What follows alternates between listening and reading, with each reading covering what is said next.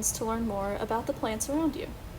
One reason is to be able to tell the difference between edible and non-edible plants. Some people think that knowing about wild edible plants is useful only in emergency survival situations, but these plants can also be added to our regular meals to help increase the nutritional content of our diet. Vegetables and other plant foods are a very important source of nutrition, but unfortunately, some people deal with food insecurity on different levels.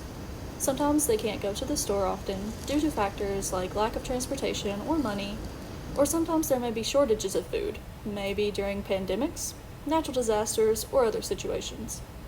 These wild edible plants can also be used to extend limited food rations if you're getting low on food.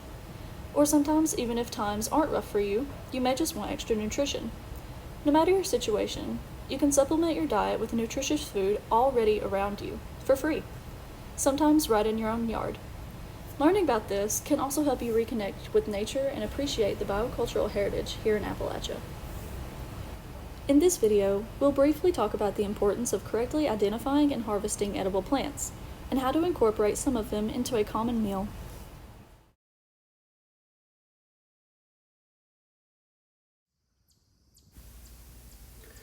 There are hundreds of different kinds of wild edible plants, but how do you find them, identify them, make sure they're safe to eat, ethically harvest them and prepare them? As you probably guessed, you have to be very smart and careful with collecting food from the wild. You need to ensure your safety and the safety and well-being of others, including the plants you're harvesting. First of all, proper identification of plants is extremely important. Some non-edible plants may have one or several characteristics in common with edible plants, so some people may unknowingly misidentify them.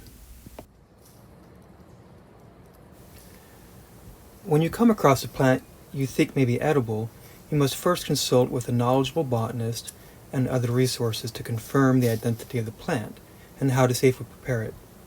The plants portrayed in this video may not be sufficiently described in order for you to properly identify them, so be sure you confirm their identity before you eat them.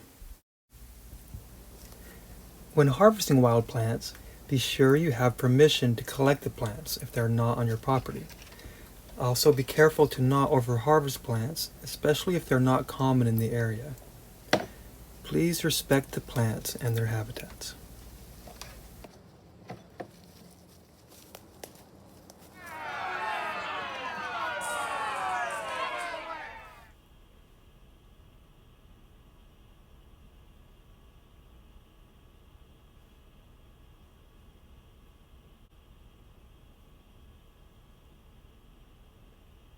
Don't eat any plants that have been sprayed with pesticides, herbicides, or other harmful chemicals.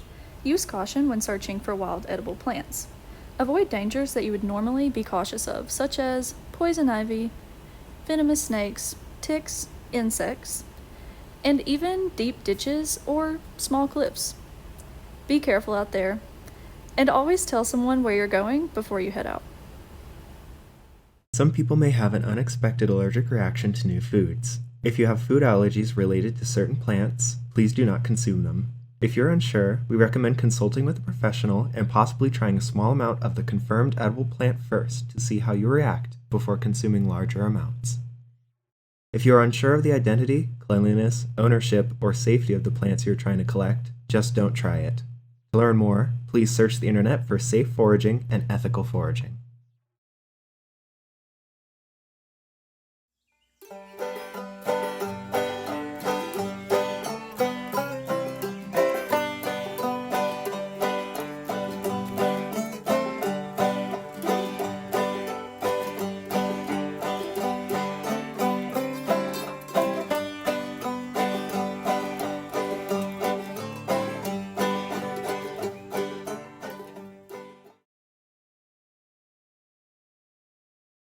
We're going to start off with violets, as they'll be the base to our dish of greens. Violets are the easiest to recognize earlier in the year when they have their dark purple flowers. However, they still should be relatively easy to spot by these few key features. You will notice that their leaves are heart-shaped and they kind of curl inward on each other at the bottom. They also have serrated edges with this kind of jagged looking feature. If you were to push back the leaves, you will also notice all the stems come together in one spot. And with the leaves pulled back in the fall, you may also notice the fruit, which looks very similar to a flower bud. This will open up into a very distinct three-section shape that is specific to violets. A common look-alike to the violets often growing near it is called creeping Charlie. Unlike violets, creeping Charlie leaves don't come to as sharp of a point, and they have more of scalloped edges, although sometimes they may fold in to each other at the bottom, similar to the violets. However, if you were to crush them up, they have a loud, musky kind of smell that violets don't have. Also, if you were to pull up the creeping Charlie, you would see it's more of a vine instead of gathered in one section like the violets are. Next up we have wild onions, and these will be fairly easy to recognize by their dark green blades. If you were to break one off, you'll notice it's a hollow tube. This will also serve as a great opportunity to catch a whiff of the oniony garlic smell distinct to wild onions. When you dig it up, you should find a bulb. However, I must warn you, there are poisonous lookalikes such as crocus, daffodils, and other bulbs, but they will not have the same smell. If you are gathering a large bushel at once, take care in noting if the plant itself smells like onions or if it's merely just your hands.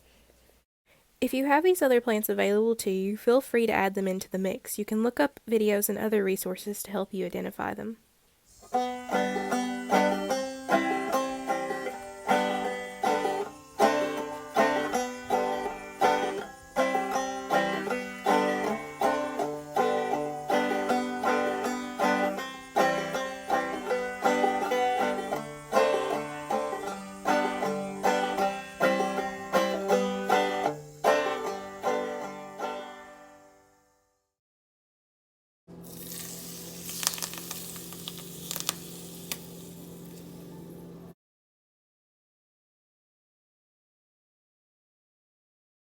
So today we're going to show you the process of making acorn bread, and the first step in the process is to identify a white oak, because you want to use the white oak acorn. So right here we have a white oak, and you can tell because of the grayish bark on it. Another way to identify the white oak is by the leaves. They are much more rounded lobes, unlike the red oak that are more pointed and jagged lobes. I'll be showing you another type of tree that you can use to make your acorn bread. This is a red oak. So the difference between this and a white oak is you can tell the difference in the bark. This is a much darker textured color. So another way you can identify the red oak is the margin on these are more cut in, and if you look at the tips of them, it has a hair-like growth coming off of it, unlike the white oak. After collecting your acorns, you need to be able to identify which ones are good to be ate and which ones are not. This is a good example of an acorn that is rotten and cannot be used for cooking acorn bread. This is a good example of a good acorn. You can tell that it's a good acorn by the white structure in the middle. If the acorns you harvested have this small hole structure upon it, do not use these for cooking, as it has a worm on the inside and will be rotten. Before cooking your acorns, you need to take off the cap-like structure, so it'll look like this. For collecting your acorns, the other ingredients you will need is olive oil or butter, eggs, baking powder, and sea salt. The next step in making the acorn flour is to crack open the acorns with a mallet or hammer.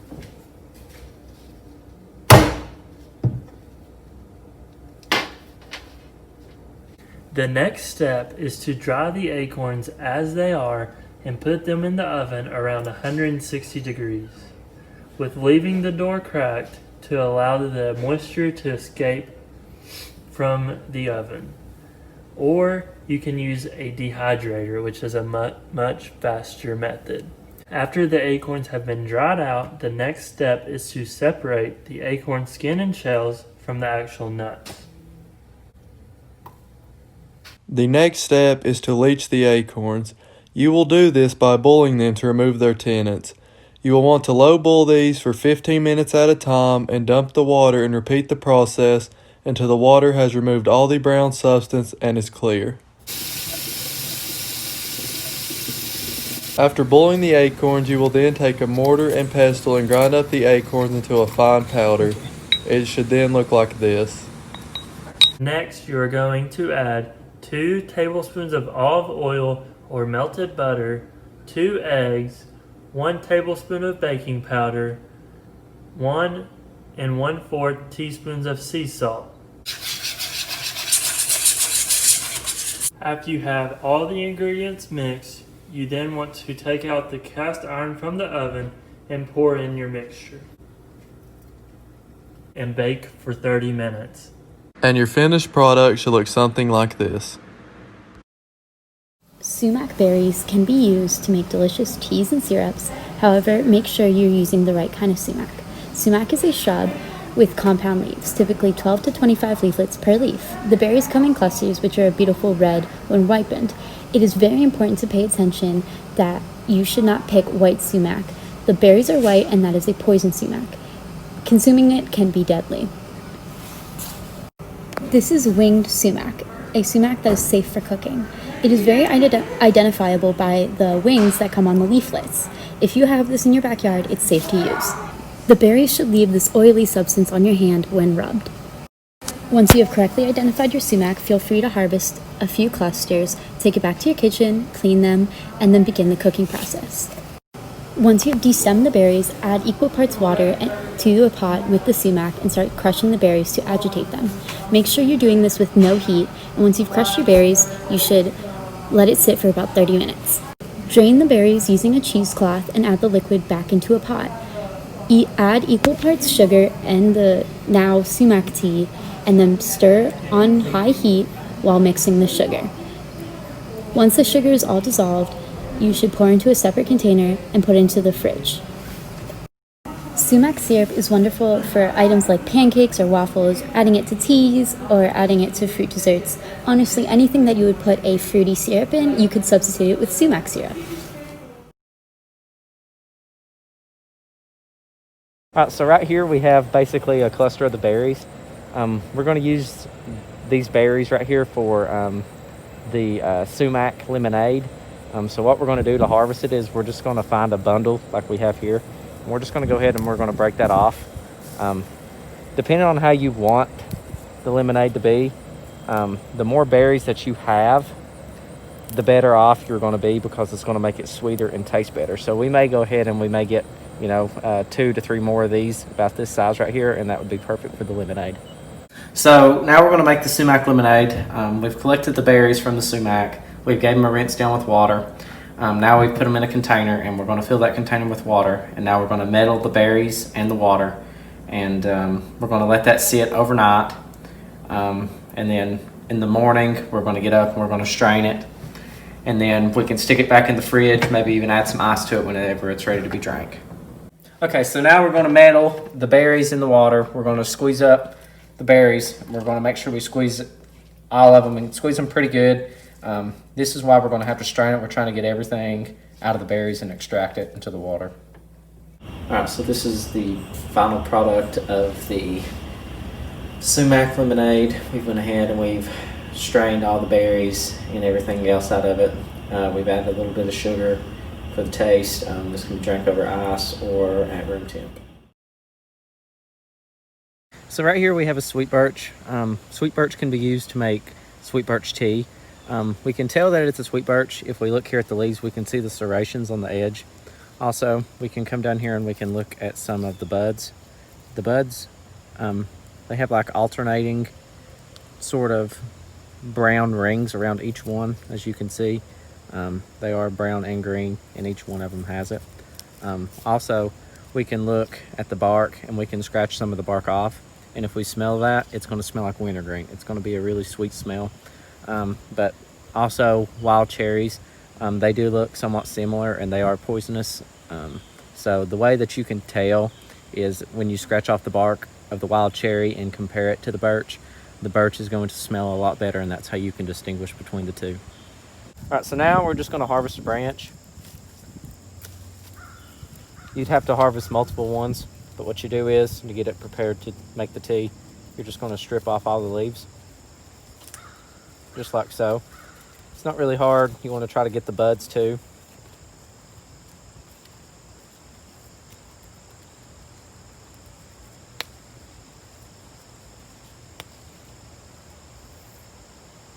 Okay, so we went ahead and we've collected all the branches. We have removed all of the leaves and the buds off of the branches. And now we're going to go ahead and we're going to crack it up. And we're going to keep on turning it until we get it broken up. And this is going to help release some of the oils All right, so we've went ahead and we filled the pot with water. We've went ahead and put some of the sticks in there. The last little bit of the sticks are going in right now. We're going to go ahead and turn that on, let that come to a boil, and it's going to boil some of the water out, and we're going to be left with some of the oils that's going to give us the flavor. Stay tuned. Okay, so we brought it up to a boil. We're going to let it boil for about 6 to 7 minutes total. We need to make sure that each stick is going to be submerged in the water to help get the oils out of it. After we get finished with it boiling for the 6 to 7 minutes, we're going to go ahead, we're going to turn it off, and we're going to move it to no heat and let it cool down enough for us to be able to drain it and get the sticks out. This is our final product of the sweet birch tea. It is said that it can relieve headaches, menstrual cramps, abdominal cramps, gout, acne, eczema, diarrhea, and colitis. So you can add sugar to taste with this, and you can heat it up or drink it cold. Elderberry is notorious for its immune system support.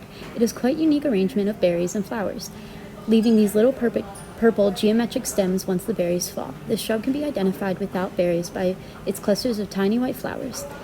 This shrub has compound leaves, typically with 5 to 10 leaflets per leaf. This is elderberry without the berries. You'll notice that the stems have a very unique look, as well as the compound leaf structure. Where the berries grow, the stems typically are purplish pink, and you'll look down at the woody stems and they'll have these tiny little bumps along them. This is poison pokeweed. Do not pick it. The berries are green and purple, typically darker than the elderberry berries, and the stems all over have a purple tint. Do not use these. Once you've correctly identified your elderberry, pick it and begin the cooking process. Add the elderberries into a pot and add about 2 tablespoons of water. Let sit for about 30 minutes, and once you are done, drain the elderberries and add the liquid back into the pot.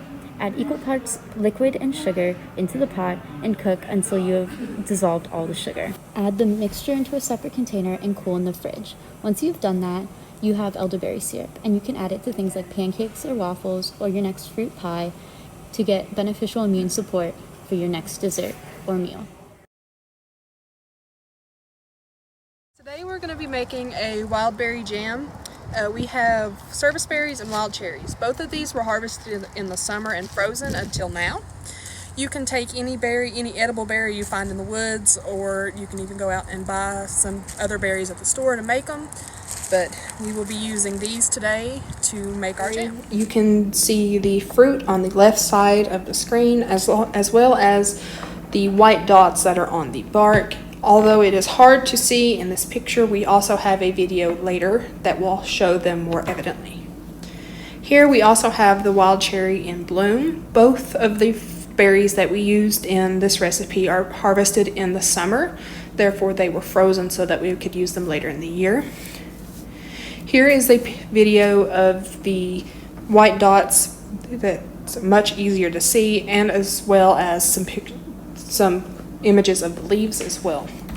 Here is a video of another signature part of the cherry.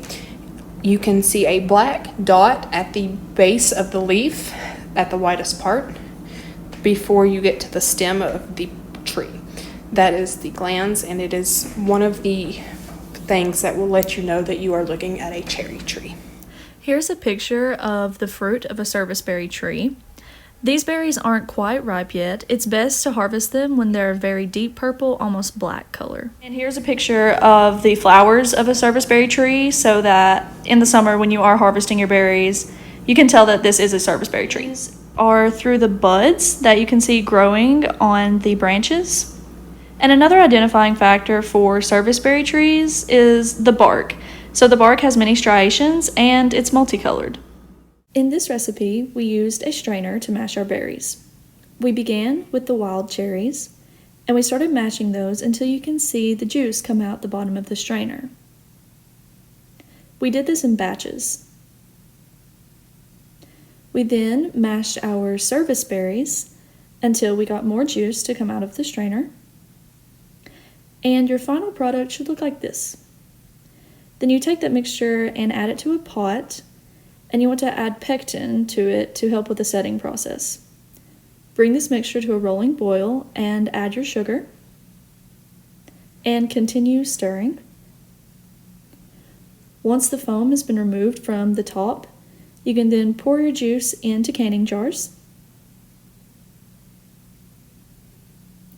And we stored our jam in the fridge for use the next day.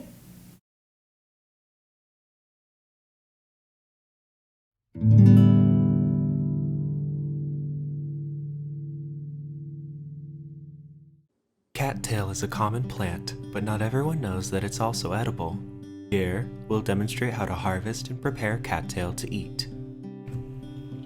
Cattails can be commonly found in lakes, ponds, bays, ditches, or marshes. They're easily identified by their long, grass-like stalks as well as cigar-shaped fruits. However, there is a plant that looks similar that can be toxic when consumed. A clear indicator of the look-alike is the prominent vein that runs vertically through the center of the leaves, as well as a difference in coloration and height. You'll know you're dealing with cattail by the lack of the vein and the presence of old stalks around them, which will be a pale tan color. To begin using cattails for their starch, grab a handful of cattail stalks and pull, freeing the roots from the soil and water.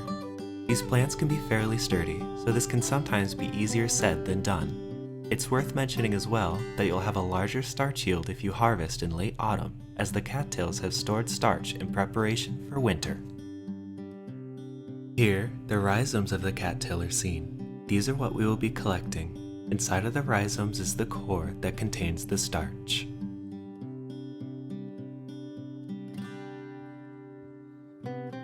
When the rhizomes are clean, peel the outer layer off, which is spongy and not used. You'll notice a firm core in the center of the rhizomes, which is where the majority of the starch is.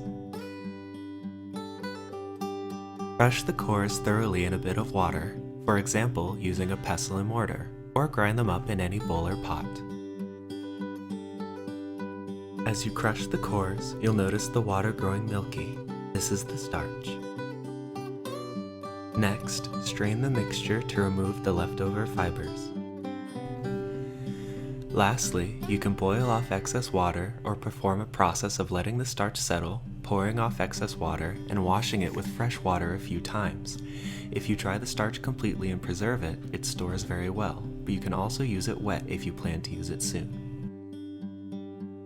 The resulting batter-like mixture can be used to make pancakes, baked goods and breads, or as a thickener for soups and stews.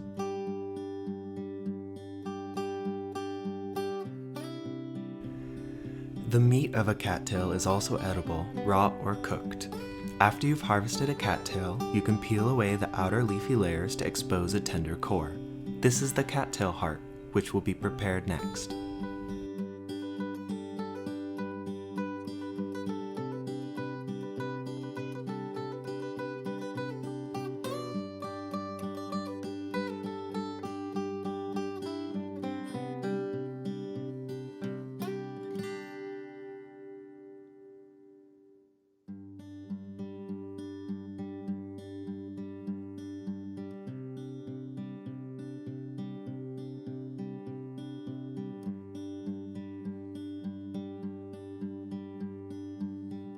Here, the cattail hearts are sautéed in some butter, garlic salt, and pepper, along with some green onions, flipping the cattail hearts every so often for about 10 minutes, or until they become golden brown.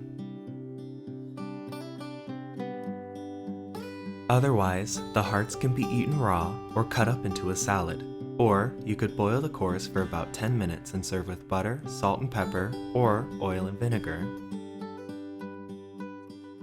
Here we have a spice bush, one of the main components in our wild berry cobbler. This plant has small red berries and acute-tipped, oval-shaped leaves. However, the most defining characteristic is the citrusy, spicy smell that is produced when the bark is scratched.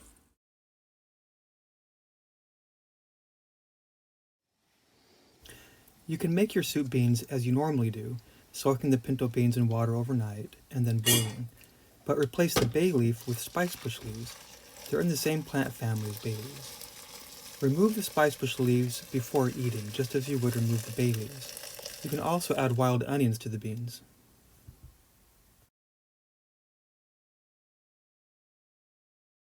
Our recipe for the crust calls for 15 to 20 spice berries.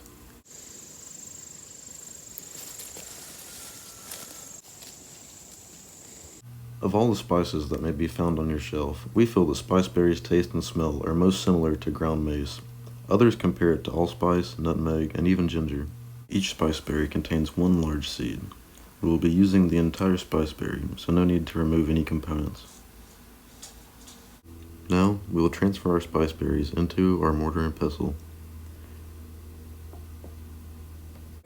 Pulverize the berries until you are left with a uniform mixture, such as so. Now, we will add brown sugar. Continue to mix until you're left with a rich brown paste. The crystalline structure of the sugar helps to break apart any small bits that are left of the spiceberry.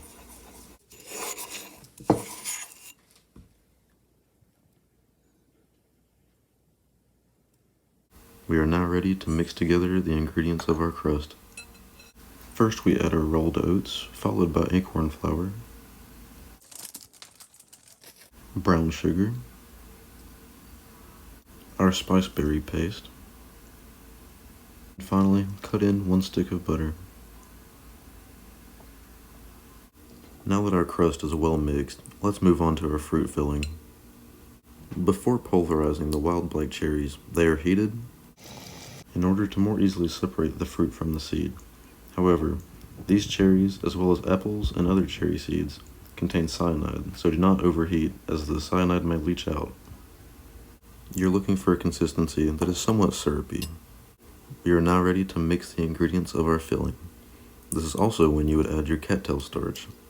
We are using foraged apples from fallow trees. On the outside, they may not look the best, but after peeling, coring, and slicing, you'll find that the insides are most of the time well preserved.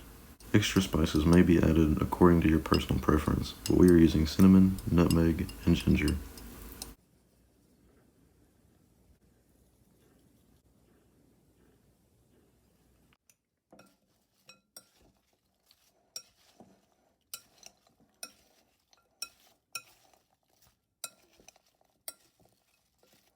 Now that our main ingredients and spices are mixed well, we can begin adding our syrup.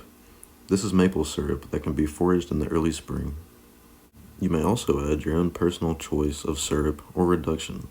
Here we are using elderberry syrup. Now that our crust and filling are complete, we can proceed by covering the bottom of an 8x8 pan with our filling, spreading evenly. Now, we need only to cover the top of our fruit filling with our crust. Bake at 375 for 40 to 60 minutes until the crust is golden brown.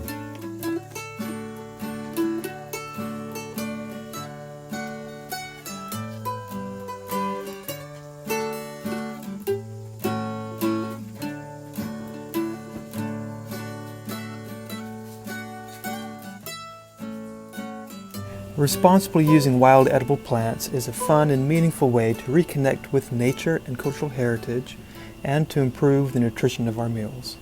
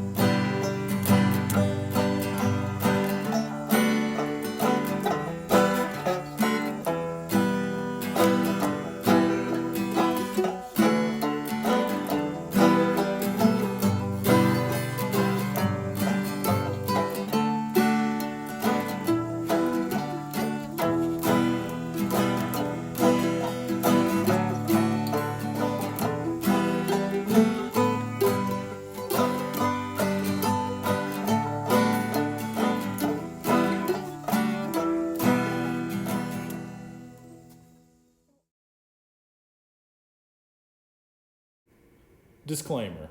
There is a possibility of misidentifying edible plants and accidentally harvesting and consuming poisonous plants, or having an unpredictable allergic reaction or other harmful effects by using wild and/or any plants. Accordingly, any reader or user of this compilation assumes the risks associated with harvesting and using wild plants and agrees to hold harmless the Commonwealth of Virginia, the rector and visitors of the University of Virginia, the University of Virginia's College at Wise, and their respective agents and employees, specifically including the author and compilers of the information and images in this compilation against any loss, damages, or costs in connection with claims, demands, suits, or proceedings by any party alleged reliance on information or images in this compilation.